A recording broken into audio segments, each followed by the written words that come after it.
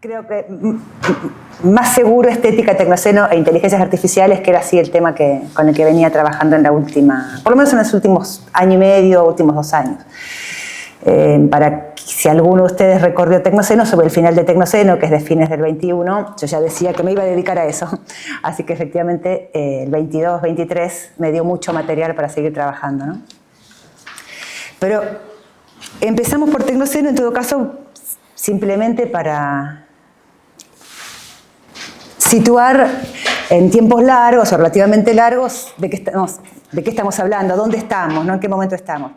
Seguro todos ya conocen la conversación o la conversación pública sobre el antropoceno, o sea que no me voy a detener ahí. Tecnoceno es una declinación, una especificación, una perspectiva específica, digamos, de esa discusión del antropoceno. Es mirar el antropoceno a través de la pregunta o de las preguntas por las tecnologías de alta intensidad, de alto riesgo, que se han desencadenado en los últimos 70 años, preguntándonos a través de esas tecnologías de qué modo hemos llegado hasta aquí y de qué modo también podemos mitigar, podemos atenuar algunos de los efectos indeseables de esto que llamamos el antropoceno, el tecnoceno, esta época en la que el viviente con forma humana, ¿no? el viviente humano, los seres humanos, aparentemente hemos desencadenado una gran transformación, ¿no? Hemos dejado huellas en la atmósfera, en la biosfera, en las masas acuíferas, en los sedimentos, que van a permanecer allí por cientos de miles de años y que en algunos casos hemos desencadenado procesos que han atravesado o están por atravesar umbrales de irreversibilidad, ¿no? Por ejemplo, la pérdida de biodiversidad, la pérdida de los bosques tropicales, etc., ¿no? Entonces ahí, esa pregunta, que en el siglo XXI se ha vuelto una pregunta interdisciplinaria, ¿no? Acá la interpelamos a través de la pregunta por las tecnologías, ¿no? ¿Qué hay de ese fármaco, como diría Stigler, pero como diría también Roberto Espósito, ese fármaco que al mismo tiempo que nos ha permitido una enorme amplitud de escala, digamos, un crecimiento poblacional enorme, longevidad, salud pública, educación superior para las capas prósperas tanto de Oriente como Occidente, esas mismas fuerzas nos traen a este umbral de reversibilidad, decíamos recién, nos pone a nosotros como especie y otras especies en riesgo. O sea, y paso ya sabemos algunos de los problemas de este término antropoceno, que la controversia que generó, así como la enorme expectativa que generó, la controversia por la periodización, la controversia por el nombre, digamos, ¿no? ¿Cuándo comienza? ¿Por qué el antropos en general y no una sociedad en particular, una cultura en particular, un momento en particular? Y eso genera dos décadas de conversación pública sobre esto y de discusión al interior de una área experta que es la geología. Si hablamos de seno, ¿no? esa terminación que da cuenta de que hablamos de una época geológica posterior al Holoceno, supuestamente. Bueno, los expertos que van a dirimir la controversia van a ser los geólogos, y creo que todos saben que en el 2019 la Comisión Internacional de Estratigrafía fue muy favorable a la hipótesis del antropoceno, pero en el 24 fue muy desfavorable. Entonces estamos ahí todavía en esa discusión del término al concepto, o del término al término técnico, que entendemos que va a permanecer allí. Mientras tanto, junto con Tecnoceno se han desarrollado otros términos, todos, insisto, deben conocer bien, es un marco nada más, pero capitaloceno, ptuluceno, dice Donna Haraway, plantacionoceno, bueno, en fin. No es hoy el día de discutir eso. En todo caso, si quieren que conversemos eso, me puedo detener, por supuesto, mucho más, pero voy a decir por qué defiendo, o sea, cuáles serían mis argumentos para defender Tecnoceno, no como quién tiene razón o cuál es la mejor de las tesis. Creo que deberíamos todos trabajar en las tesis complementariamente. Aquellos que piensan que el problema del antropoceno se concentra fundamentalmente en las relaciones sociales de producción, creo que hacen muy bien y es complementario a la perspectiva del Tecnoceno trabajar sobre ese campo de experiencia, ¿no? El campo de experiencia de las relaciones sociales de producción, mientras nosotros trabajaremos sobre el campo de experiencia. Sí, claro. Gracias. Ahí va. Disculpas, pero bueno, no voy a retroceder. Trabajamos sobre el campo de experiencia de este desarrollo tecnológico, ¿no? Las tecnologías de gran intensidad y de alto riesgo. Decía que hay 4 argumentos por los que defiendo esta hipótesis del Tecnoceno, ¿no? Por un lado, es coherente con la periodización que propone la propia Comisión Internacional de Estratigrafía, que dice que en torno a la década del 50 del siglo pasado se desencadena esta nueva era, ¿no? Encuentren los sedimentos plásticos, microplásticos, ¿no? Pero sobre todo cesio 137, plutonio 70, que son marcadores radioactivos de la actividad de la energía nuclear civil, de la industria nuclear civil posterior a la Segunda Guerra. La década del 50, en los océanos del globo aparecen esos marcadores radioactivos que van a permanecer cientos de miles de años, y ahí está de alguna manera la clave de esa huella humana, ¿no? Bueno, entonces adoptamos esa misma periodización, precisamente de esas tecnologías estamos hablando, la nuclear, la petroquímica, la bioinformática. Por otro lado, no solo señala, digamos, la época, no solo da nombre a una época, la época del humano, sino que nombra un campo de experiencia sobre el cual podemos actuar para mitigar los riesgos o los efectos indeseables, o podemos revertir una parte de esos efectos indeseables. Ya te lo expliqué recién, ¿no? Pero creo que eso es un hecho importante para nosotros, ¿no?, como investigadores. Ya sea o no una época geológica, con que sea una época histórica, digamos, ya es importante entender cuál es el problema y dónde podemos actuar para mitigar ese problema o esos problemas. Luego, fundamentalmente para mí, el Tecnoceno se dice en distintas partes del globo, pero nuestra perspectiva sudamericana, digamos, incorpora en la conversación sobre el Antropoceno a las tecnologías infocomunicacionales, que no estaban en la discusión del Antropoceno, como prioritarias para el análisis del acontecimiento, si quieren, la crisis ecológico-ambiental, la crisis socioambiental, vamos a decirlo así. Esas tecnologías han sido condición necesaria, no suficiente, no fueron las únicas, pero son parte fundamental de ese campo de experiencia que nombramos cuando nombramos el Antropoceno, y sobre todo han sido fundamentales para desarrollar la escala planetaria, que es aquello de lo que vamos también a hablar hoy, ¿no? También hablamos a veces del salto de escala, pero es una figura un poco ambivalente. No es que hay un salto, así como si fuera un salto de pantalla, que cambiamos una pantalla por otra, pero sí sumamos una escala a las habituales escalas de acción. Y bueno, y eso es algo de lo que... estaría bien que vieran acá, ¿no? Pero sí vamos a ver al menos una base de la tesis que quizás dialogue un poco con las preguntas de Antonio, quizás. Tradicionalmente en las ciencias sociales veíamos, y ven acá quizás el cruce que yo vengo haciendo también con la tesis biopolítica, digamos, ¿no? Entonces, en ese cruce nos permite anclar algunas de las preguntas clásicas de las ciencias sociales que tienen que ver con las relaciones entre lo que podía ser la unidad mínima de esa preocupación, de ese campo de estudios, que es el individuo, y la unidad máxima, las comunidades, la sociedad, en última instancia la especie, digamos, ¿no? Pero ya la especie es una unidad de las ciencias naturales, ¿no? Las ciencias sociales llegan a la relación entre individuo y sociedad, digamos, ¿no? Las filas 2 y 3 que ven allí, ¿no? Entonces, habitualmente, y yo diría hasta el corpus Foucaultiano, nos habíamos manejado en esas dos escalas fundamentales, ¿no? La escala del individuo, la escala de la especie, las relaciones entre esas dos escalas, ¿no? Y las distintas agrupaciones intermedias, familia, comunidad, ¿no? Sociedad, en fin. Lo que el Tecnoceno abre, ¿no? El Tecnoceno Antropoceno abre, es ese salto de escala, esa ampliación del campo de batalla biopolítico, es el hecho de que tenemos ya políticas, tecnologías, marcos jurídicos que se dirigen a elementos, en la legislación argentina se llama material anatómico humano, elementos precorporales o infracorporales de nuestra especie, e incluso elementos que son de otras especies, también precorporales o infracorporales. Me refiero a células madre, moléculas, genes, ¿no?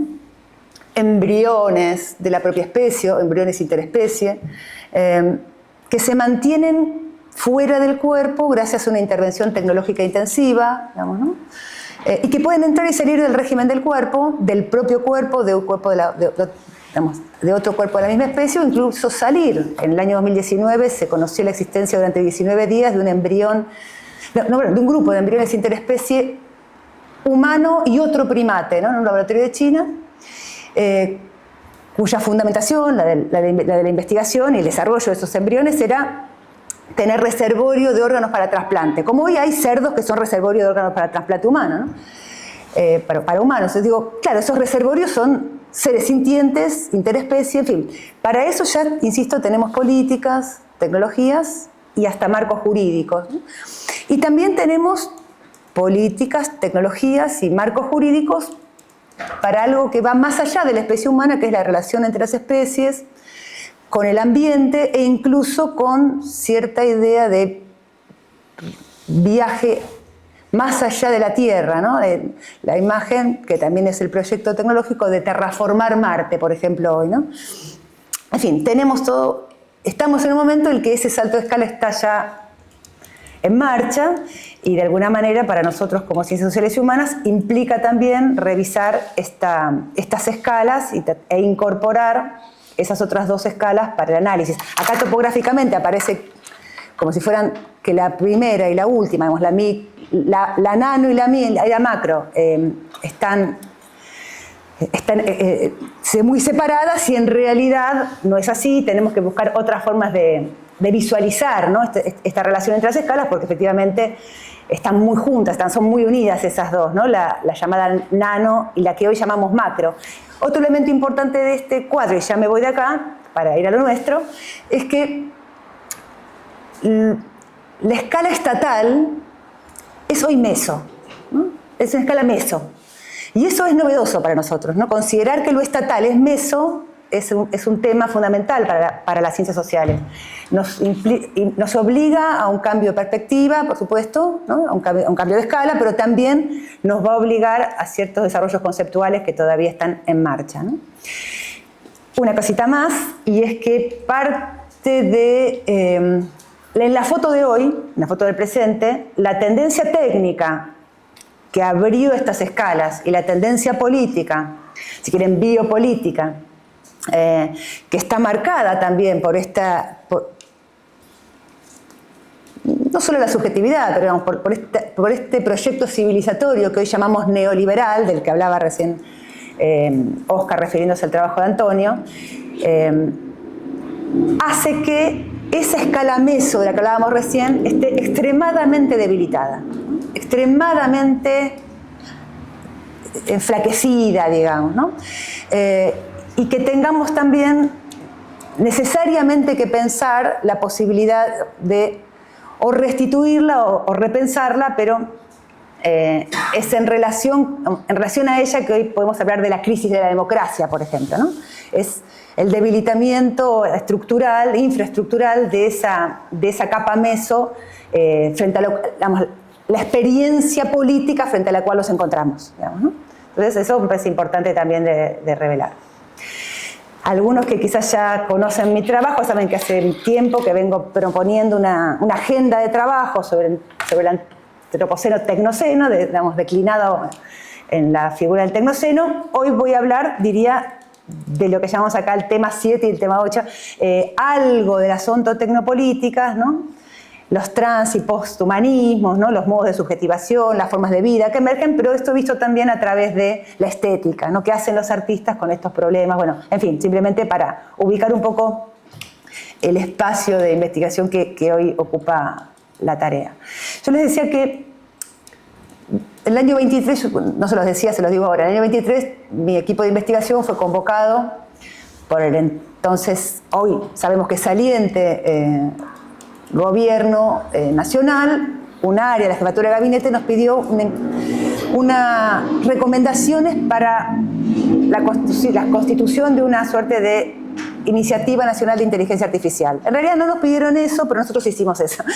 Nos pidieron que trabajar algo en relación con la fake news, ¿no? Querían entender a lo que estaba ocurriendo con la desinformación, con el proceso acelerado de desinformación que tenía que ver con la plataformización, etc. Entonces dijimos, bueno, el momento actual nos exige pensar la IA, y si quieren les cuento por qué ella decía eso, pero bueno, en fin, en ese momento lo que advertimos era que estábamos en una época entre accidentes, ¿no? Y eso me parece que sigue siendo así, desde el accidente normal de la pandemia del coronavirus, lo hablábamos recién con Oscar, se decía que el momento de la pandemia fue un momento en el cual el 30% de la población mundial estuvo más de un año encerrado en sus hogares.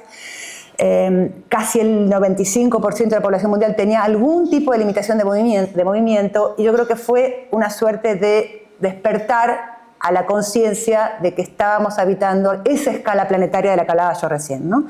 Que un acontecimiento de escala planetaria incidía concretamente en la experiencia más inmediata, que era poder salir de la propia casa, ir a la escuela, ¿no? Ir al médico, acompañar a un familiar enfermo, digamos, ¿no?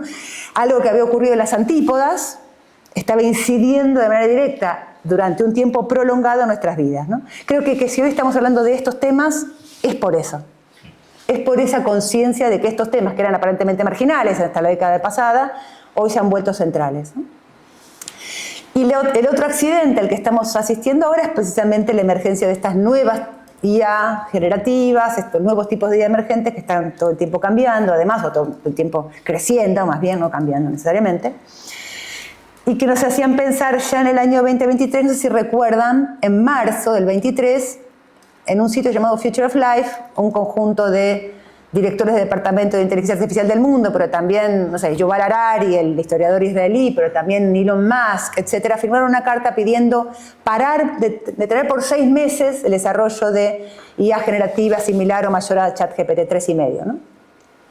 ¿Para qué? ¿Para qué había que suspender? Para darle tiempo a los estados y a las sociedades para entender el tipo de acontecimiento que estaba ocurriendo, ¿no? Y ese hecho performativo de la carta, que acompaña otro hecho anterior que había ocurrido en diciembre de 2022, y que fue la puesta en disponibilidad pública del ChatGPT, porque hasta ese momento había el ChatGPT 3.5, diríamos nosotros hoy, ¿no? Porque si es 3.5, había habido un 3, un 2, un 1, ¿no? Había habido, hacía por lo menos de 2017 se venía trabajando con el GPT. Pero esa puesta en disponibilidad pública fue la que desata una acción performativa política de gran escala. Eso, más la carta, más lo que suscita, que nosotros llamamos el furor normativo posterior, la emergencia de comisiones internacionales de seguridad de la IA, iniciativas nacionales, la legislación de la Unión Europea que se venía trabajando, pero que fue es decir, todo ese acontecimiento performativo. Hoy temprano estuve en un canal de televisión y decía que a mí me hace acordar muchísimo el 95 de la Internet, al año 95, ¿no? El 22-23 fue como el 94-95 de Internet, solo que creemos que no van a ser 30 años, no van a faltar 30 años para darnos cuenta de lo que significaba Internet, que esto va a ser mucho más rápido. Y lo creemos no por una idea visionaria, sino porque la aceleración que permite la capacidad de cómputo de estos grandes sistemas técnicos, que son las grandes IA de las empresas Big Tech, como OpenAI, Google, Amazon, etc., Meta, procesan y computan información y aprenden maquínicamente unas de otras a una velocidad exponencialmente mayor a la de los conjuntos humanos, ¿no? Sociotécnicos humanos. Entonces esto posiblemente en pocos años nos obligue a una transformación en muchos campos de nuestra experiencia, ¿no? Pero entonces esta época entre accidentes es una época heurística, es un momento heurístico para nosotros, es un momento creativo, es ahora el momento creativo. Una vez que se codifique técnicamente distintos usos de la IA, va a haber muchas menos posibilidades de actuar, ¿no? Es un momento tenemos unos años para entender este acontecimiento y después ya vamos solamente a habitarlo, digamos, ¿no? Con las leyes que se vayan dando. Esta imagen solo para recordarles que así como vimos hace un par de años Oppenheimer, habíamos visto un poquito atrás Código Enigma, y esas dos películas nos dan cuenta de una época, el inicio del Tecnoceno, pero también nos dan cuenta de que esta ciudad de la que estamos hablando, este sueño que estamos habitando, empezó a soñarse hace 80 años, ¿no? Estamos habitando un sueño que empezó a soñarse hace mucho tiempo, y además que se inician, lo cual no quiere decir que sea un destino final, pero es un comienzo, inician como máquinas de guerra, ¿no? Son tecnologías de guerra. Y esto marca una posición, ¿no? Marca un sentido, ¿no? Antes de pasar a la estética, 5 decisiones teóricas y metodológicas que tomamos para esa investigación que hicimos rápidamente en el año 23 y que comparto con ustedes. No voy a poder explicarlas, las voy a solamente mencionar, pero quizás en la mención luego aparezca alguna pregunta y las retomaré, ¿no? Pero lo primero que voy a decir es que estas IA emergentes de las que estamos hablando hoy no son simplemente tecnologías, no son conjuntos técnicos por más complejos que nos parezca, por ejemplo, el de la energía nuclear.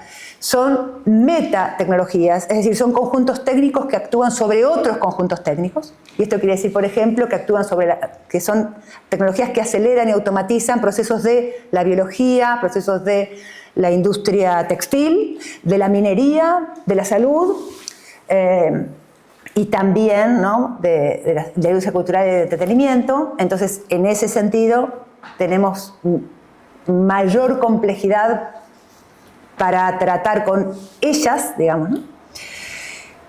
La segunda decisión teórico-metodológica es importante, para nada es original, pero es importante relevarla así hoy porque tenía que ver con, como les dije recién, con una dimensión político-normativa, eran recomendaciones normativas, entonces, o que se orientaban hacia la norma, entonces es importante identificar que el ecosistema digital dentro del cual se incluyen las inteligencias artificiales no son herramientas, no son utensilios, digamos, no herramientas, máquinas solamente, sino que sobre todo son un ambiente. Nosotros decimos un mundo ambiente, ¿no? Pero bueno, alcanzaría con decir un ambiente, ya una hipótesis tanto de Jacques Ellul como de Marshall McLuhan, digamos, ¿no? Habitamos en un ambiente, un ecosistema digital, y eso implica también que es un territorio. En tercer lugar, que lo que llamamos IA generativas también podríamos llamarla sociedad, o sea, llamamos inteligencia artificial, también podríamos llamarlo sociedad artificial, ¿no? Algo en el sentido en que Bernard Stiegler hablaba de la sociedad automática, vamos por ahí, ¿no? Dialoga con esa idea, pero también lo dialoga desde el punto de vista infraestructural, o sea, de la estructura de esas así llamadas máquinas, conjuntos técnicos. Estructuralmente son sociedad artificial. Con Oscar decíamos hace un rato también, en algún aspecto son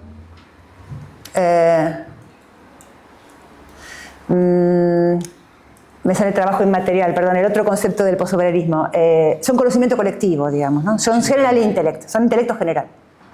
También son intelecto general. Entonces, insisto, es de una complejidad mayor que simplemente considerarlo inteligencia artificial como el desarrollo o el resultado del desarrollo de las industrias de la ciencia de los sistemas y de las ciencias de la ingeniería, ¿no? Y de las ciencias cognitivas. Es también esa combinación junto con el desarrollo del conocimiento colectivo y de nuestros lenguajes, ¿no? Nuestras formas retóricas, nuestras formas de traducir un lenguaje a otro, ¿no? Y eso es parte de la máquina. Eso es parte del conjunto técnico, no es su resultado. La IA puede ser una tecnología del riesgo. Quienes conocen un poco la propuesta de la Unión Europea, de la ley europea, sabe de qué se trata, si no lo podemos conversar después. Hay usos de estas metatecnologías que son de riesgo y que deben ser tratadas como tal. Y luego proponer, que se habla mucho de pensamiento ético de la IA, ¿no? O sea, las recomendaciones de la UNESCO vienen con la idea de una ética de la inteligencia artificial, y yo un poco con Luciano Fioridi diría que lo que necesitamos es una infraestructura ética, es decir, un pensamiento sistémico de la IA. No alcanza con la ética, en el sentido que por supuesto es fundamental la ética y es condición necesaria, pero es insuficiente para el desafío que nos proponen estos conjuntos técnicos. Nadie se subiría a un avión si le dijeran no se preocupe, los pilotos hicieron un curso de ética, siguen las recomendaciones de la UNESCO. No alcanza para una industria de riesgo en los usos en que esto es riesgoso, con una ética y con unas recomendaciones. Es necesario una infraestructura sistémica, es decir, institucionalidad que garantice que el riesgo es aceptable, que los riesgos del sistema, no solo que el sistema es robusto, es decir, que hace aquello que dice que hace, sino que el sistema, siendo robusto, está alineado con los valores de la sociedad, está alineado con los valores democráticos. Sintetizamos acá y ya pasó, entonces si tengo un chiquitito de tiempo, a algo que tiene que ver con las tecnopoéticas críticas, que es lo que miro yo. Bueno, ¿qué hacen algunos artistas con eso? Iba a comentarles alguna cosita de la teoría de tecnopoéticas críticas, pero estamos muy, muy ajustados y tampoco los quiero aburrir. Estoy trabajando en un texto que tiene esta hipótesis, tiene este título, Perplejidad por diseño, ¿no? Y donde propongo fundamentalmente que estamos ante un acontecimiento, un poco como les decía recién, en el que se intervienen escalas inhumanas, ¿no? En cuanto a la capacidad de cómputo y en cuanto a la velocidad de las operaciones que tienen estos sistemas técnicos con los que ya estamos habitando, incluso les diría dentro de los cuales estamos habitando, ¿no? En tanto que ambiente. En nuestro ambiente estamos tratando con escalas inhumanas de aceleración y de capacidad de cómputo.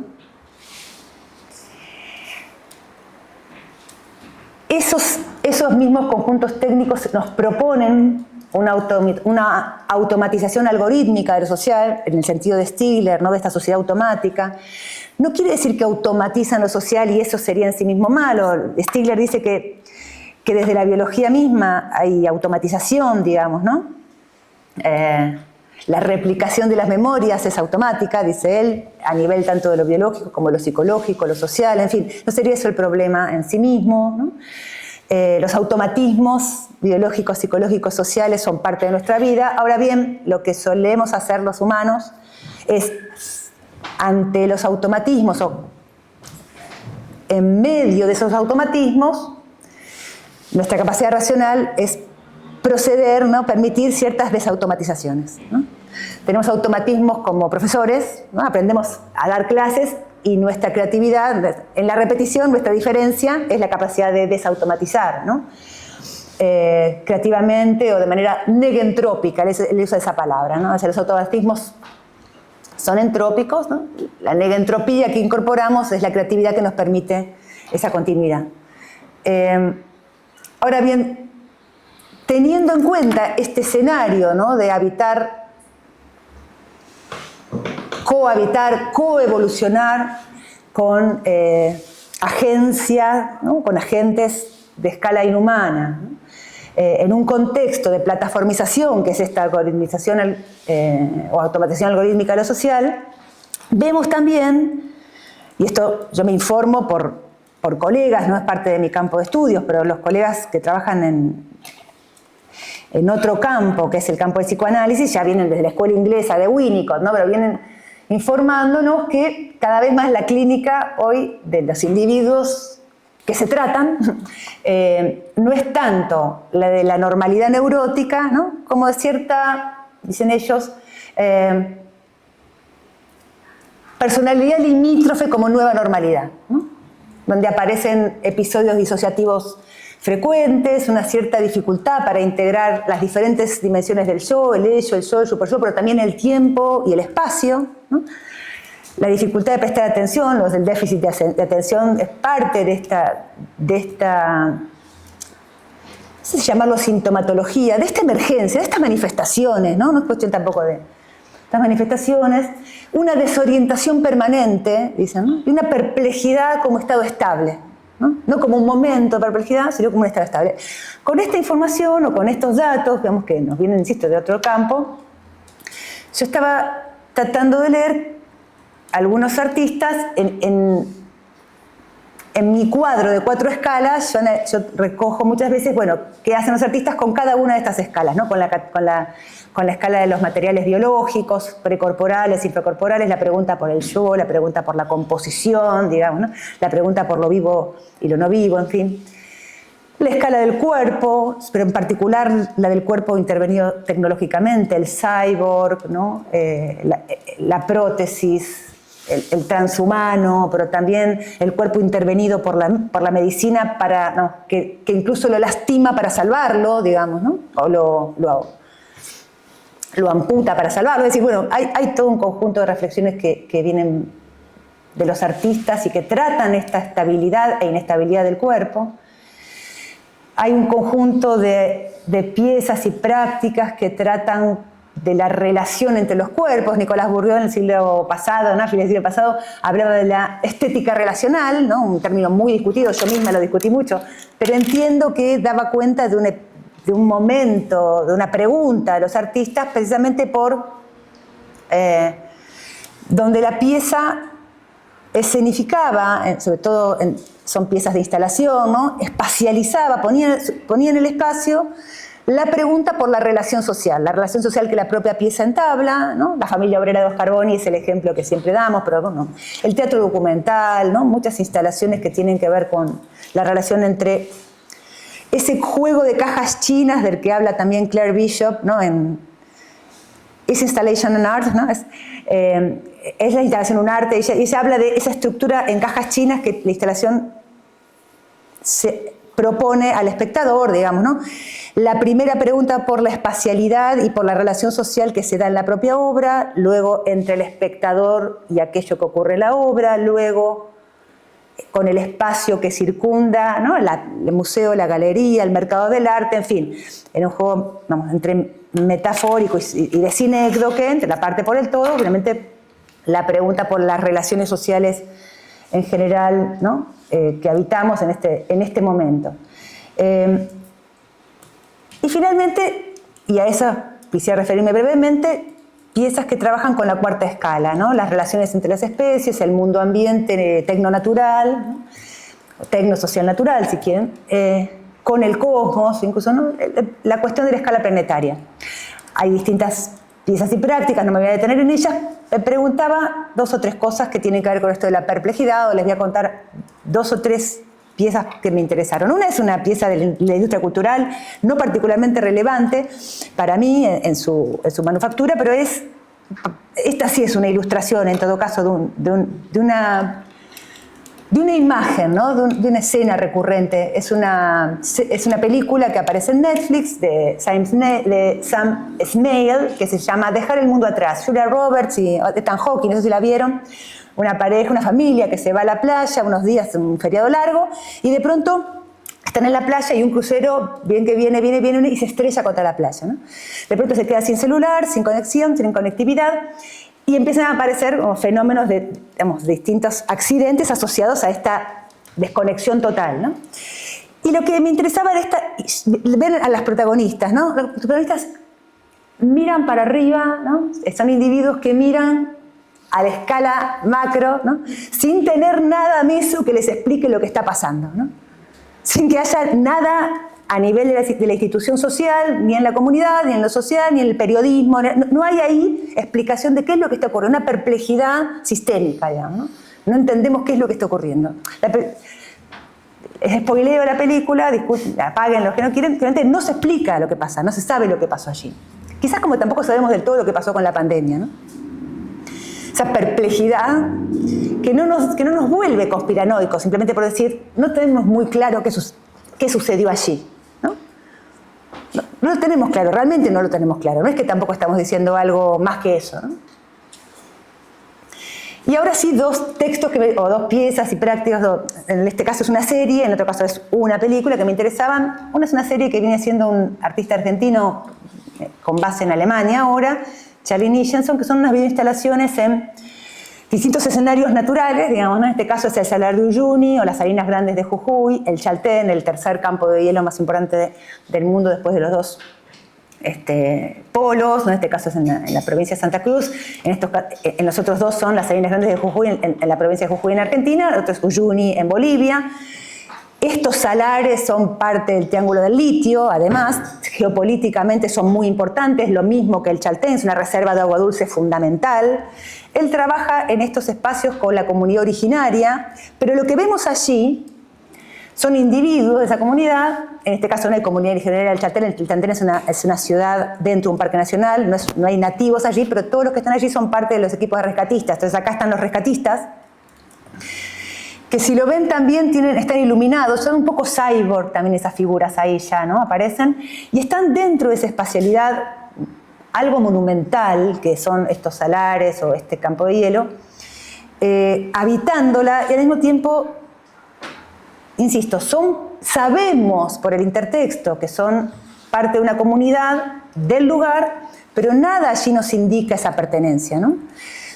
Pensaba frente a estas imágenes de paisaje, el paisajismo alemán o el paisajismo romántico inglés, ¿no? Caspar Friedrich, por ejemplo. Ya vemos, el espectador se identifica con este personaje que no está dentro del paisaje, lo está mirando, digamos, ¿no? Está de espaldas a nosotros, lo está mirando, son siempre espectadores, ese paisaje está frente a ellos. Bueno, y en Turner es el paisaje el gran protagonista, digamos, ¿no? Uno siempre está observando eso, mientras que, y vuelvo a Nicholson, Bosque Muerto, por ejemplo, es un lago artificial el más grande del mundo dentro del Amazonas, creado a partir de la construcción de una represa para darle energía eléctrica a la ciudad de Manaus. Encuentra él en internet esta imagen, va a buscar esta comunidad que ahora son pescadores, pero originalmente eran cazadores recolectores de este bosque, ¿no? El video es muy hermoso, muy triste también, si pueden, háganse el ratito para verlo. Y lo que él registra es esta experiencia de el habitar ese espacio que aparece además en muchos casos patrimonializado, ¿no? Son espacios patrimonializados. Vuelve a las salinas, ¿no? Esa relación entre el individuo, la escala micro, la escala macro, sin algo de explicación meso en el medio, creo yo que escenifica parte del problema de esta perplejidad por diseño, ¿no? de esta escala inhumana que estamos habitando, por un lado, y de esta automatización de lo social que pasa por una aceleración que a nosotros se nos escapa. Otra artista argentina que trabaja con inteligencia artificial hace con estas imágenes religiosas unos raros bichos, ¿no? Y tiene una reflexión muy interesante acerca de cómo la IA generativa en pocos minutos desencadena cientos de imágenes, miles de imágenes, ¿no? El vértigo de la escala de producción generativa, cómo elegir en esa escala de generación, no diría infinita, pero enorme, material. Bueno, les mostraría también este pequeño corto Kiss Crash de Alan Cole, que es ganador de un festival de cine de inteligencia, hecho con inteligencia artificial. El título les dice algo, los besos de la historia del cine, el crash de Ballard, Cronenberg, y bueno, el choque entre autos como símbolo del choque de las máquinas, digamos, él juega con esas dos imágenes. Y luego sí, me gustaría recomendarles, es poco conocido, por eso creo que hay que recomendarlo, es un cineasta muy joven, argentino, Pablo Weber, en este caso particular, homenaje a la obra de Philip Goss. Philip Goss es un naturalista amigo de Darwin, que hacía, además de conocer la naturaleza, la dibujaba. Tenía un arte naturalista muy habitual también en esa época, era un dibujante muy, muy preciso. Y Goss era un cristiano muy ferviente y él creía en las escrituras y decía, y claro, cuando se encontraba con los corales, se daba cuenta que esos corales eran muy anteriores a la época de la creación, ¿no? Y había una contradicción entre la datación, digamos, las dos dataciones. Entonces, ¿cómo hacer coincidir el relato bíblico, el relato de las escrituras, que debía ser verdadero, por cierto, y el relato de la naturaleza? Entonces, Dios decía que en verdad lo que pasaba era que Dios, cuando crea el mundo, lo crea también, crea lo que viene, digamos, pero crea también su pasado, ¿no? Crea un mundo que tiene también un pasado, ¿no? Y que ese pasado es parte de la creación. A partir de esa idea, en el texto de Weber aparecen distintas imágenes que él va concatenando de una manera asociativa. Les anticipo mi hipótesis. Busca Weber en la estructura de la pieza reconstruir algo de la experiencia de la perplejidad, ¿no? Y de la asociatividad narrativa, donde mezcla desde la tercera imagen que ven ahí, es las imágenes de su propia cámara inestable, ¿no? Dice, quisiera empezar esta película con una imagen inestable, de un camarógrafo poco preciso, poco profesional, y recuerda inmediatamente imágenes del telescopio Hubble y del James Webb, donde él recopiló imágenes y elige imágenes, dice, son imágenes nostálgicas o melancólicas, porque son imágenes de cosas que ya desaparecieron, nos llegan a nosotros muchos años después, ¿no? Y va a las imágenes de la inteligencia artificial y sobre todo a las imágenes de esta persona no existe, que es un sitio web que genera caras, ¿no? Que no existen, y son rastros que nunca han estado allí, pero están allí. Pero vemos, por ejemplo, que las manos están mal hechas, ¿no? Vemos datos dentro de la información que nos indican que son piezas artificiales, pero finalmente son información que no existe, y se pone a mirar Reflejo del agua de su ciudad de Córdoba, también la inestabilidad material de la imagen en el agua, ¿no?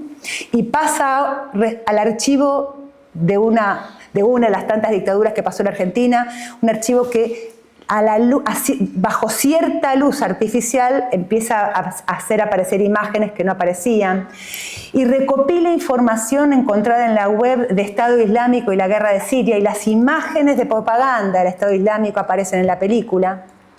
Son imágenes prohibidas para su emisión, ¿no? Y sigue narrando, ¿no? Bueno, en fin, no quiero seguir toda la asociación, pero los 30 minutos de película es una gran asociación en la cual Weber todo el tiempo recuerda ese trabajo de Philip Glass a través de imágenes que en cada uno de sus pasos nos preguntan por el estatuto de la información. La pregunta por la información. Por la materialidad de esa información y por el sentido, en el mismo sentido que hablaba, que quizás no se los dije cuando decía que las tecnologías infocomunicacionales eran importantes para el Tecnoceno, y yo diría que porque son al mismo tiempo hard, son infraestructura, y son soft. Transmiten, llevan, transportan sentido, ¿no? En el mismo sentido, en la película de Weber, la información es aquello que es una materialidad y es también una lucha por el sentido. Creo que en ese encuentro entre una forma, una gramática de la época, ¿no? El intento de narrar nuestro tiempo, construyendo una gramática propia de esta inestabilidad de la atención, de esta escala inhumana, de estos archivos al mismo tiempo imposibles de abarcar, ¿no? E inexistentes porque están generados por computadora o por un dios, ¿no? O por un dios artificioso que crea el pasado y el futuro, pero me parece que ahí hay algo de lo que los artistas están intentando construir para narrar esta época, ¿no? Algo de las tácticas hacker. En un texto de Valentina Montero y Pedro Donoso, que la vez pasada que vine acá estaban aquí entre nosotros, ellos hablan de hace 10 años, creo que 11 ya, ellos hablaban de 3 estrategias hacker para las tecnopoéticas críticas de la época, ¿no? Las que piensan críticamente este entorno tecnonatural que habitamos. Ellos decían que hay como 3 grandes estrategias, ¿no? Las prácticas que denuncian, que muestran, que visibilizan este mundo tecnosocial. Las que abren las cajas negras, ¿no? Las que desmantelan, deconstruyen, ¿no? Y las que proponen alternativas. Hasta ahí el texto de Valentina y de Pedro, donde yo agregaría entonces, un poco pensando en Nicholson y pensando en Weber, proponen alternativas por oposición a la época, lo lento, Antonio, de lo que vamos a encontrar, ¿no? Las tecnopoéticas lentas, o por profundización y desvío. Creo que Weber lo que hace es profundizar ¿no? y hacer un desvío de las líneas de fuerza del momento. También, y con esto cierro, están, creo yo, las tecnopoéticas que experimentan con formas de vida, ¿no? Formas de vida posibles, absurdas, imposibles. La pregunta por la forma de vida artística, yo creo que los artistas lo que más se preguntan todo el tiempo, así como nosotros, como profesores, nos preguntamos, bueno, ¿qué es una forma de vida artística, ¿no? ¿Y qué es el arte hoy? ¿Cómo se vive esa forma de vida en este entorno tecnosocial? Bueno, esto es lo que quería compartir con ustedes y muchas gracias.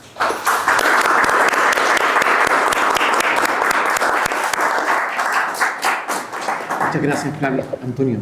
Pues muchas gracias, Óscar. Muchas gracias por la invitación para conversar con Flavia y sobre este magnífico libro, Tecnoceno, que es el origen, aunque la exposición de hoy de Flavia ha ido más allá, ¿no? del libro de Tecnoceno. Bueno, voy a hacerme eco de algunas de las cosas que acabas de hacer. La verdad es que también nos habías enviado estos últimos días un texto sobre transhumanismo, sí, al que también quiero hacer referencia, y algún elemento del libro de Tecnoceno.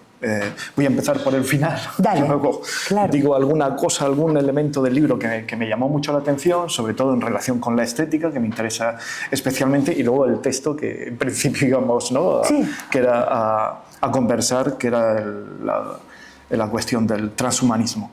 Porque recientemente, no lo ha dicho Flavia, ha escrito un texto que es muy interesante, estaría muy bien que se pudiera compartir, sobre que es una especie de mapa del transhumanismo y poshumanismo. Bueno, aparte de que es un texto muy valioso en relación con la reflexión, también me parece muy interesante porque aparece todo el mapa, ¿no? de esta problemática del transhumanismo.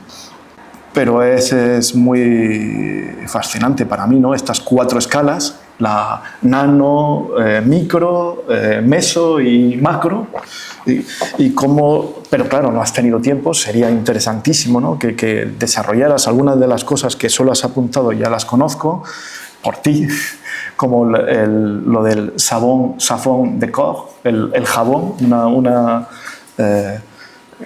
instalación, ¿no? En cierto modo, una propuesta en torno a un artista, ¿no? Que crea jabón con la grasa de su liposucción, ¿no? Esta es la primera escala de cómo se puede hacer una obra de arte con materiales biológicos de la propia artista. Bueno, me pareció muy interesante esto, ¿no? La primera escala, la segunda escala, que tiene mucho...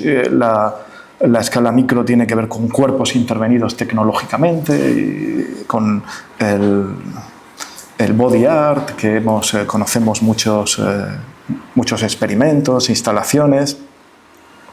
La relación entre los cuerpos, lo relacional, que sobre todo es el arte político, más que hay infinidad, ¿no? de obras y, por supuesto, de instalaciones, pero sobre todo te has extendido en la cuarta escala, ¿no? en la escala planetaria, en la escala macro, y has puesto toda una serie de ejemplos de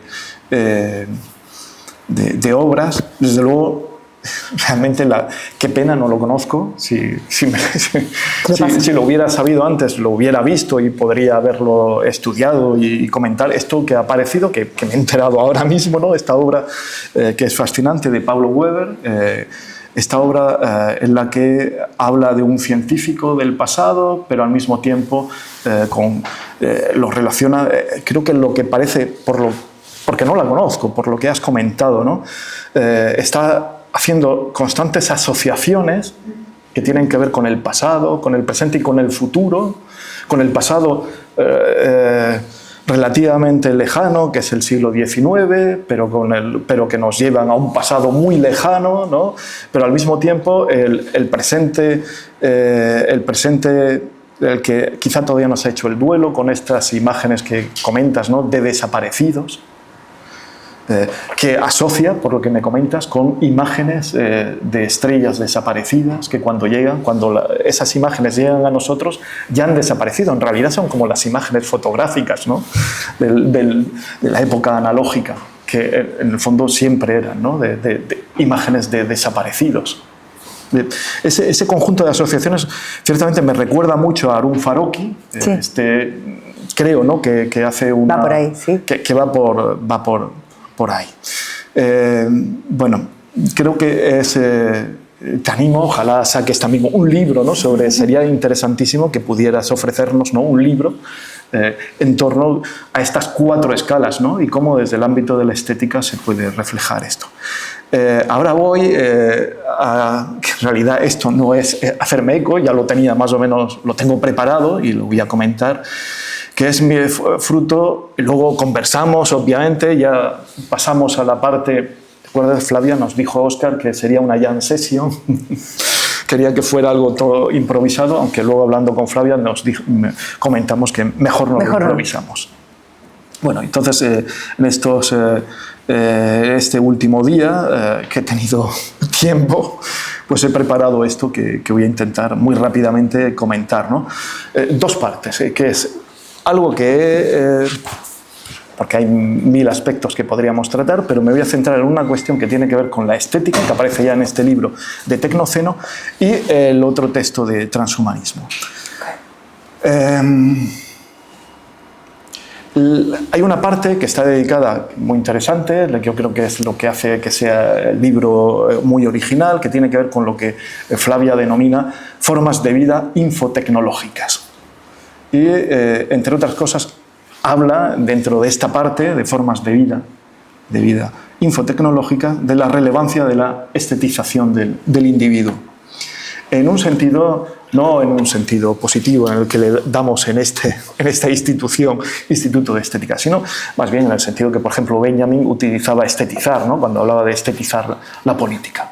Aquí Flavia en Tecnoceno, cuando en la parte dedicada a la estetización, habla en este sentido patológico. Y por ejemplo cita los textos de Boris Groys, como sabe Óscar, me interesa mucho, en torno al autodiseño, o la antropóloga que yo no conocía, Paula Sibilia, que hace referencia a algo que encontramos cada vez más en el mundo digital y que todos tenemos experiencia en relación con ello, que es la exhibición de la intimidad en las redes sociales y la espectacularización de la personalidad, en el sentido de que a través de las redes principalmente nos presentamos cada uno de nosotras, de nosotros, como un espectáculo en búsqueda de la mayor audiencia. Bueno, este sujeto del autodiseño es un sujeto, se suele decir, ¿no?, narcisista, del autodiseño, del espectáculo de sí mismo, y que, lo llevo también a mi terreno, es el sujeto del neoliberalismo. Tiene mucho que ver con la subjetividad neoliberal. Obviamente esa subjetividad neoliberal no se puede entender si no leemos libros como el de Flavia Costa, si no relacionamos la subjetividad neoliberal con la revolución tecnológica de nuestro tiempo, que es fundamentalmente la digital. Sobre esto del autodiseño y el narcisismo quería hacer, porque lo hemos hablado también en estos últimos días, la ambivalencia de todos estos conceptos y categorías, la ambivalencia del propio concepto de narcisismo. Porque cuando se habla del sujeto neoliberal como sujeto narcisista, obviamente tiene una dimensión muy crítica, pero siempre me llamó mucho la atención, aunque finalmente llega a conclusiones parecidas a las críticas del narcisismo, que Boris Groys defendiera o diera la impresión de que el narcisista es realmente aquel que tiene en cuenta al otro. Mientras que por un lado solemos, ¿no?, cuando hablamos de narcisismo, es aquel sujeto que anula al otro, bueno, tiene el otro, por ejemplo en la subjetividad neoliberal, es simplemente un enemigo o un competidor, o, en el mejor de los casos, alguien que sirve para valorizar, para presentarte como mejor espectáculo, porque te da un like, ¿no? Pero en cualquier caso, el otro tiene una dimensión instrumental, no hay realmente respeto a esta alteridad. En este sentido, ¿no?, generalmente solemos criticar a este sujeto narcisista que puede acabar en algo que encontré en un crítico de cine que a mí me entusiasma, que se llama Serge Danet, el grado cero de la alteridad, el narcisismo como el grado cero de la alteridad. En cambio, Groys dice algo en relación con esta ambivalencia que dice que, y puede parecer algo contraintuitivo, pero tiene su gracia, que el sujeto narcisista es realmente el que tiene en cuenta al otro, el que verdaderamente tiene en cuenta al otro. Bueno, la imagen narcisista. ¿Qué es la imagen narcisista? Muy rápidamente. Es el resultado de una doble actividad. La de contemplar el narcisista, se contempla a sí mismo, pero también produce una imagen, estamos hablando de autodiseño, para que sea contemplada por otros. Lo importante no solo es la mirada de la imagen propia por el narcisista, es casi más importante la exhibición de esa imagen y la opinión que dan los otros acerca de esa imagen. Por eso dice Groys que realmente es el narcisista el que más, porque su opinión acerca de sí mismo depende mucho de la opinión del otro, del resultado de esa exhibición. Dice también Groys algo que no sé si perder el tiempo en esto, pero en el fondo la imagen narcisista es una imagen, dice que es una imagen kenótica. La kenosis es este concepto teológico que hace referencia al vaciamiento de la dimensión divina, ¿no?, del Hijo de Dios. La imagen narcisista es una imagen kenótica porque es todo cuerpo, todo exterior, en el sentido de que Para el narcisista lo importante es lo que opinen los otros, en el fondo no la opinión propia que tenga, no lo que generalmente está asociado con el mundo interior propio. El problema de esta concepción kenótica de la imagen del sujeto narcisista, dice Boris Groys, es que el sujeto narcisista nunca puede, y esta es la inquietud de ese sujeto, nunca puede ejercer un dominio soberano sobre su propia imagen, porque depende de la mirada del otro. Depende de la mirada del otro, la imagen del sujeto narcisista. Y en nuestro tiempo depende de algo todavía peor, porque la mirada del otro sobre todo tiene lugar en los medios digitales. Y si hay algo imposible de controlar por parte de este sujeto narcisista, es cómo es utilizada o la opinión acerca de nuestra imagen en estos medios digitales.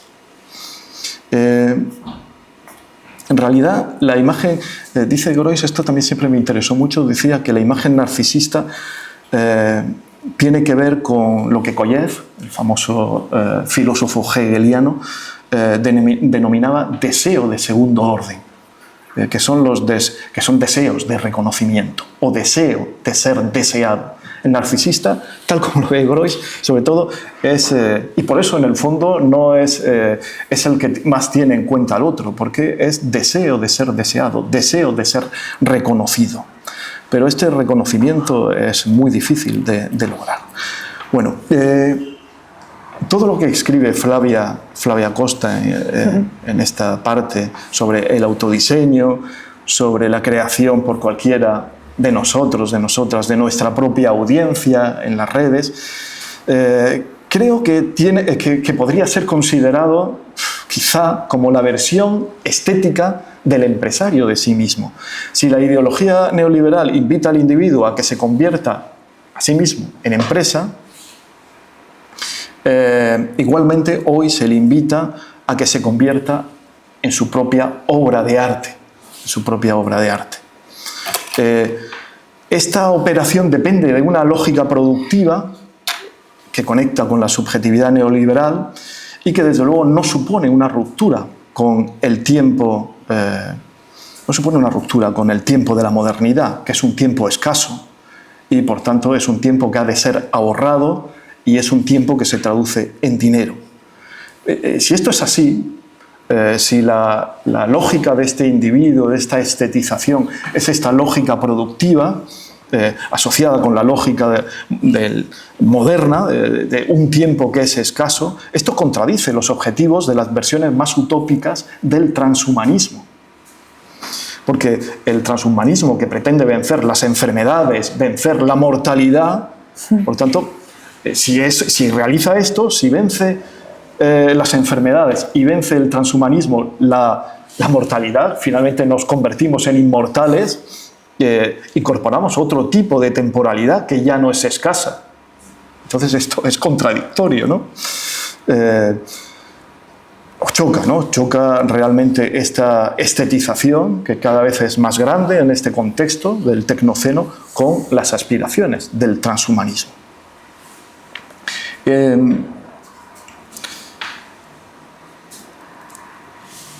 Claro, de nuevo vuelvo a Groys. Cuando en su pequeñito libro, uno de sus últimos, que se titula Devenir obra de arte, cuando habla también de este tema de que nos convertimos, el autodiseño, ¿no? De que en el fondo devenir obra de arte, da la impresión de que va a hablar de esto, pero no habla de que nos convertimos en obra de arte, porque devenir obra de arte pone sobre la mesa, o en el libro, se refiere a una lógica muy distinta a esta lógica productiva, a esta lógica que tiene que ver con el tiempo escaso. Y el tiempo escaso es siempre un tiempo que se traduce en dinero. Como dice Benjamin Franklin, el tiempo es dinero, ¿no? El devenir obra de arte en este libro hace referencia a otra cuestión muy diferente. En realidad lo que hace Boris Groys es fusionar el pensamiento de la estetización del sujeto con el pensamiento, que está muy de moda hoy también, de la filosofía del cuidado. Del cuidado. del cuidado, el pensamiento del cuidado. Lo que defiende en ese pequeño librito es que las instituciones deberían cuidarnos, es decir, proteger nuestra salud física y nuestra salud mental, como los museos cuidan las obras de arte. Somos obras de arte, como parecidas a las obras que están cuidadas, que albergan los museos. Debemos ser cuidados. Las obras que albergan los museos, la estética moderna, obviamente dice, son obras desfuncionalizadas, no tienen una función, en principio, ¿no? A partir de Kant, Schiller, etcétera, una función religiosa, una función económica, una función política, etcétera. Son las obras de arte desfuncionalizadas. Esto, llevado al plano sociopolítico en el que en el fondo se quiere mover Boris Groys cuando habla del devenir obra de arte, significa que debemos ser cuidados con independencia de la función social, del trabajo que hayamos desempeñado, de la renta que tengamos. Cualquiera, haya trabajado o no, haya pagado un seguro o no, tiene derecho, en tanto ser humano, a ser cuidado. Lo curioso de todo esto, que parece también, ¿no?, muy contemporáneo, es que esta reflexión se presenta como una reflexión humanista en el fondo, no poshumanista o transhumanista, ¿no? Pero la tecnología, la lógica del cuidado, que yo incluso podría denominar como estética del cuidado, cumple o tiene que ver con una lógica muy distinta a esta lógica a la que antes me refería, que es la lógica productiva. Mientras para la lógica productiva lo importante es crear un producto, lo importante es el final del proceso productivo, para la lógica del cuidado, este proceso empieza con la presencia de un objeto de cuidado y lo ideal sería que fuera este proceso infinito. Significaría que aquel objeto, incluso nosotros mismos, pues nunca desaparecería.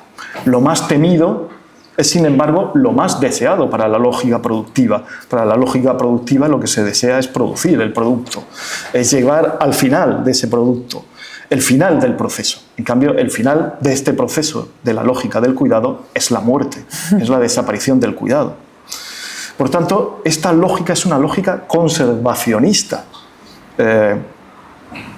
que, insisto, en contraste con la lógica productiva, está unida a un proceso infinito y una profunda inquietud por el desgaste futuro. De momento, pero solo de momento, si nos tomáramos en serio lo que dice el transhumanismo, el cuidado no es infinito. Pero si nos tomáramos en serio las aspiraciones del transhumanismo, quizá el cuidado podría ser infinito, porque de momento los cuerpos humanos mueren. Quizá este pensamiento de la lógica del cuidado, pues que no es, insisto, no tiene nada que ver con la lógica, creo, productiva, tenga que ver también con el antropoceno y con la preservación eterna de ese objeto que es la misma naturaleza. Bueno, transhumanismo, y ahora algo muy breve sobre transhumanismo. No sé cuánto tiempo llevo, algo sobre transhumanismo.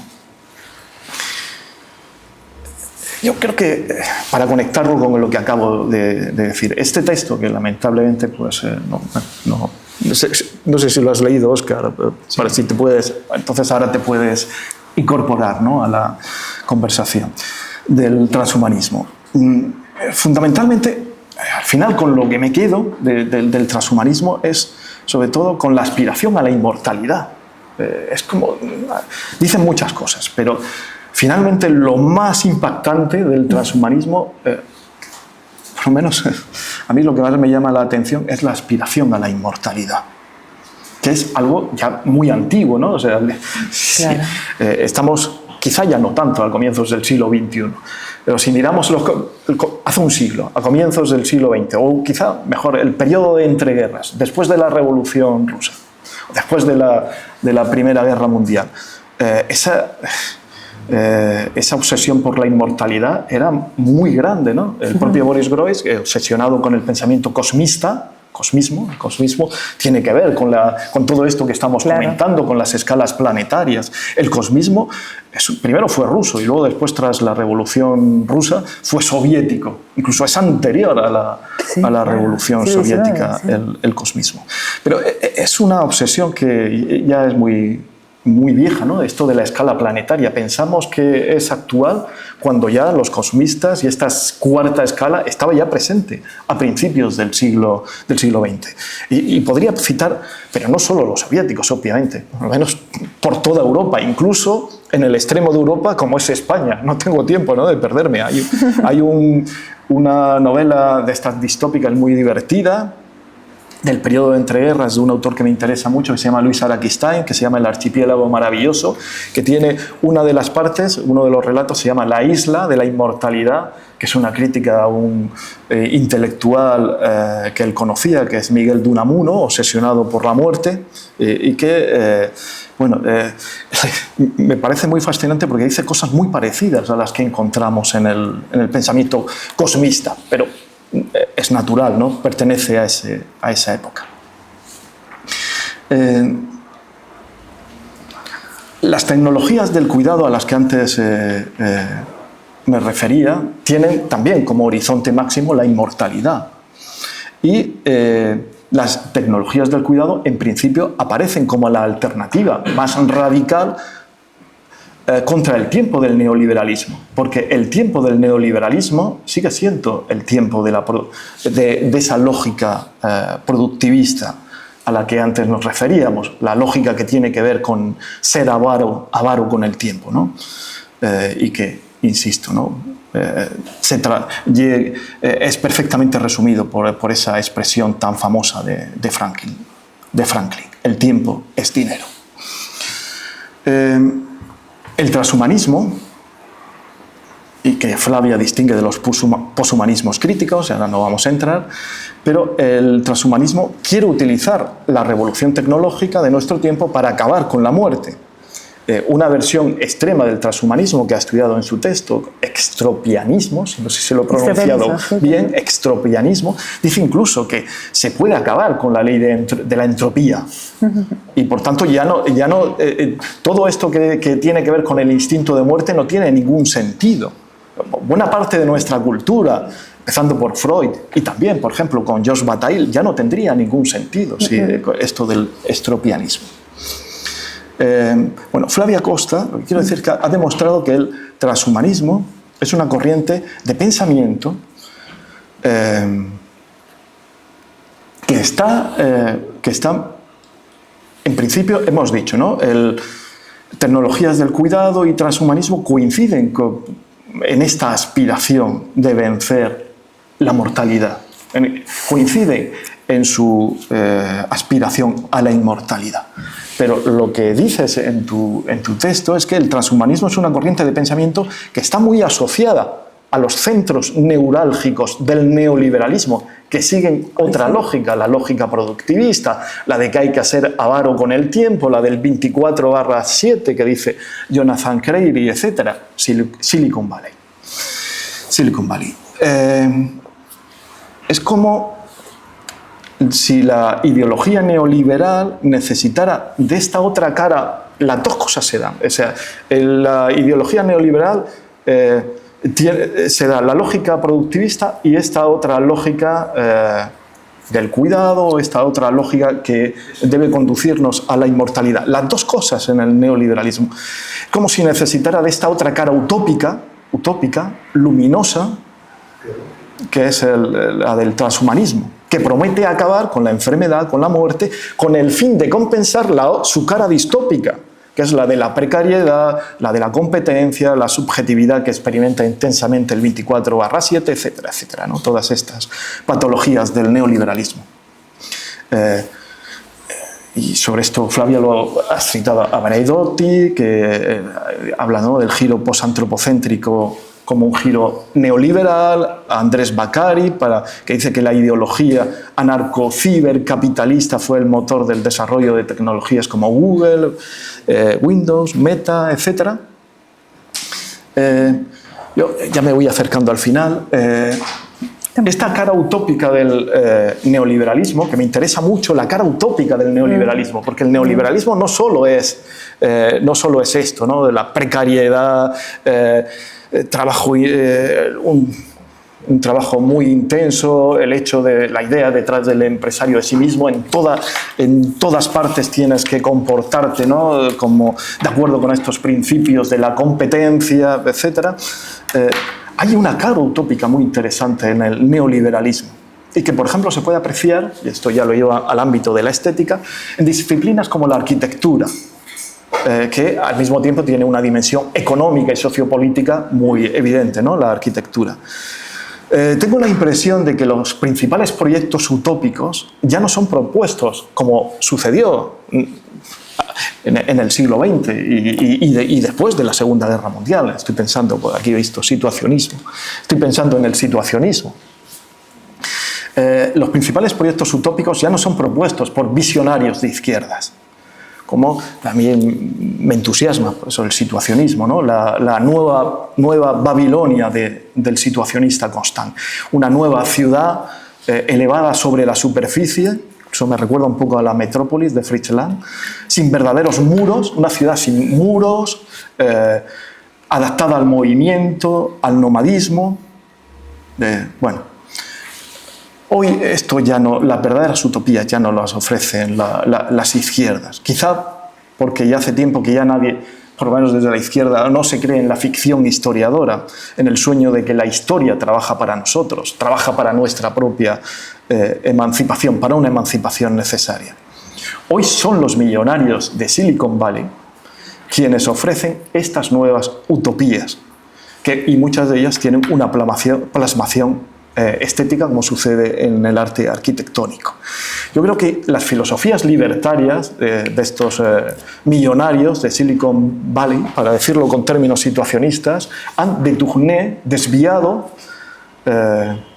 esta arquitectura situacionista de que antes hacía referencia, de la nueva Babilonia de Constant, que está basada en la ausencia de divisiones, de muros y en el movimiento, que era en el pasado las grandes limitaciones de la arquitectura. Era algo que dividía, la arquitectura dividía, establecía espacios que separaban claramente entre interior e exterior, etc., y producían espacios estáticos. Bueno, esto es lo que pretendía acabar, ¿no? Estos visionarios de la izquierda situacionistas como Constant. Pero hoy son los millonarios de Silicon Valley los que hacen estas cosas. Es increíble. Los que proponen una arquitectura desterritorializada, nómada, rizomática, deleuziana. Esto lo comentamos, ¿no? Hoy se cumple hoy es hoy es el tiempo de Deleuze, pero en el sentido inverso de lo que él pensaba, ¿no? Arquitectura, repito, desterritorializada, nómada, rizomática, si queréis también deleuziana, que era por la que suspiraban los revolucionarios de ayer. Hoy son los quienes proponen estos son estos libertarios neoliberales, que además se inspiran en esa comunidad desespacializada que es la comunidad virtual, la comunidad digital, por supuesto. Pensemos, porque lo cita la propia Flavia, en las ciudades flotantes que fueron imaginadas o que han sido imaginadas por David Friedman, el hijo de Milton, el famoso Milton Friedman, y por Peter Thiel, el cofundador de PayPal. Estas ciudades no son otra cosa que comunidades autónomas que debían moverse por las aguas internacionales, que se movían fuera de los alcances, de los límites territoriales de los estados. Bueno, podríamos decir otras cosas, ¿no? También me fascina, ¿no? Claro, estas propuestas de colonización de Marte, de Elon Musk, ¿no? Que se trata de una propuesta radical de desarraigar al ser humano del planeta Tierra y que en realidad conecta una vez más con las aspiraciones cosmistas de hace más de un siglo. El cosmismo era tan elitista y antidemocrático como creo que son estos neoliberales libertarios, aunque no puedo detenerme en esta cuestión. Y ya termino, ¿verdad? Que tengo 1000 cosas. Sobre todo no tengo tiempo para... Tengo una propuesta, ¿no? Qué bueno. Pero la alternativa, o sea, enloquecida quizá, pero no la voy a decir. Termino con esto, que más allá de la simplificación que supone admitir, que está detrás, ¿no?, del transhumanismo, admitir el dualismo cartesiano, cuerpo y mente o inteligencia, o más allá de ese pensamiento algo más complejo que sostiene que en realidad somos un híbrido de máquina ya o desde hace bastante tiempo, un híbrido de máquina cibernética y organismo, es creo que como mínimo curioso que una tendencia importante del transhumanismo tenga como principal blanco el cuerpo, al que considera un dispositivo obsoleto. Flavia escribe en su artículo que según Fereidún Esfandiaris, no sé si lo he pronunciado bien, no sé si soy muy despectivo cuando digo esto, este estrafalario individuo que se bautizó a sí mismo con el nombre FM-2030, ya no se llama Fereidún Esfandiaris, sino FM, o se llamaba, ya está muerto, decía que el cuerpo es una camisa de fuerza biológica de la que hay que deshacerse lo antes posible. Lo cita Flavia. Y que, excepto el cerebro, dice, todo lo demás es primitivo y se está volviendo superfluo. Bueno, pero lo que parece deducirse del desarrollo de la inteligencia artificial, yo diría que es más bien otra cosa, que lo que se está volviendo superfluo y primitivo es nuestro cerebro. Nuestra inteligencia es la que se ha quedado atrás, no tanto nuestro cuerpo. Ya la propuesta, que no la voy a hacer, ¿no?, era decir que lo que no se queda atrás, que tengo la impresión de que con la inteligencia artificial es el cerebro el que se puede quedar. Pero lo que no se quedaría atrás, esto tiene que ver con la estética, claro, con lo que estamos aquí, es lo que yo me gustaría denominar, esto se lo tomo prestado a un hombre también del pasado, del siglo XIX, pero que sigue inspirándome mucho, que es Giacomo Leopardi, que es su pensiero poetante, su ultrafilosofía. Pues se podría denominar de muchas maneras. Lo que intento es imaginar un pensamiento, una inteligencia que pudiera hacer frente a las patologías que se derivan de hacer realidad el programa transhumanista.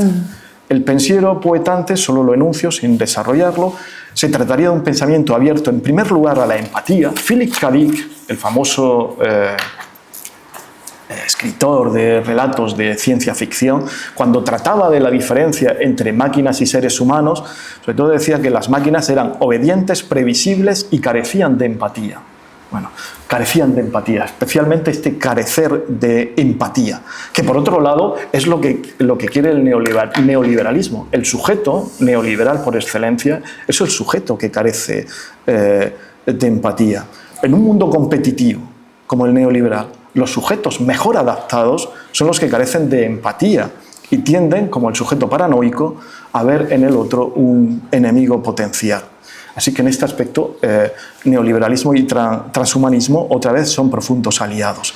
El pensiero poetante es un pensamiento abierto a la poesía, al arte, etc. Es un pensamiento que desarrolla la empatía, que desarrolla lo imprevisible, el acontecimiento, lo que resulta inaccesible a nuestras mediciones y evaluaciones, que da mucha importancia a la oscuridad, la necesidad. El propio Freud decía, ¿no?, que cuando se da cuenta, ¿no?, de que su pensamiento podía ser utilizado para el control social, que todos tenemos derecho a la oscuridad.